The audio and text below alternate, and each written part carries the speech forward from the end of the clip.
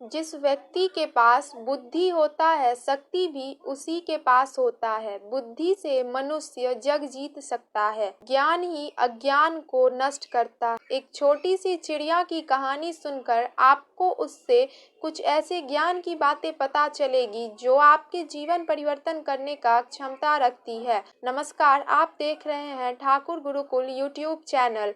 चलिए जानते हैं नन्ही चिड़िया की कहानी।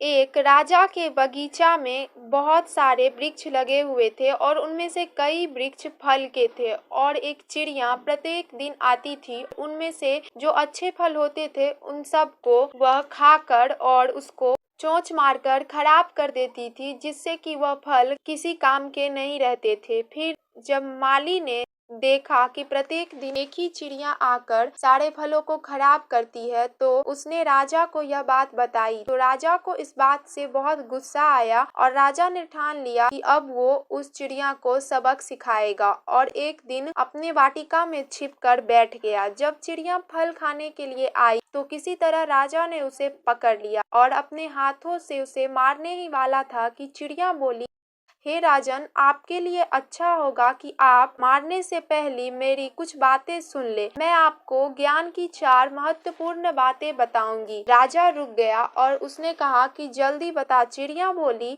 हे राजन, सबसे पहले तो हाथ में आए शत्रु को कभी मत छोड़ो। राजा ने कहा, चलो ठीक है, अब दूसरी बता।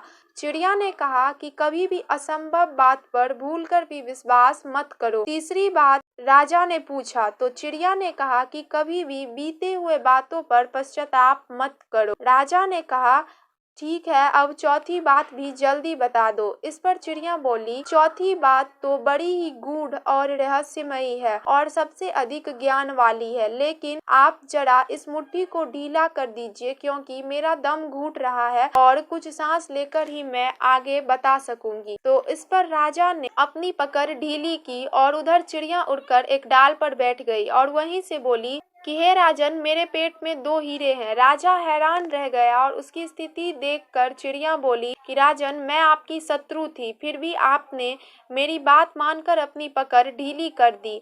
अब जब मैं यह असंभव बात कह रही हूँ कि मेरे पेट में 2 हीरे हैं, तो उसे भी आप सच मानकर दुखी हो रहे हैं, जबकि मैं तो इतनी छोटी हूँ। याद रखिए, मेरी चौथी बातें यही है, ज्ञान की बातें सिर्फ सुनने के लिए नहीं बल्कि अमल करने के लिए होती है। और इतना कहकर चिड़िया उड़ गई। वास्तव में इस छोटी सी चिड़िया ने एक बहुत बड़ी सीख दी है। नन्ही चिड़िया की कहानी आपको कैसी लगी कमेंट में जरूर बताइएगा और अगर अच्छी लगी हो तो एक लाइक करके चैनल को सब्सक्राइब जरूर कर लीजिएगा। धन्यवाद।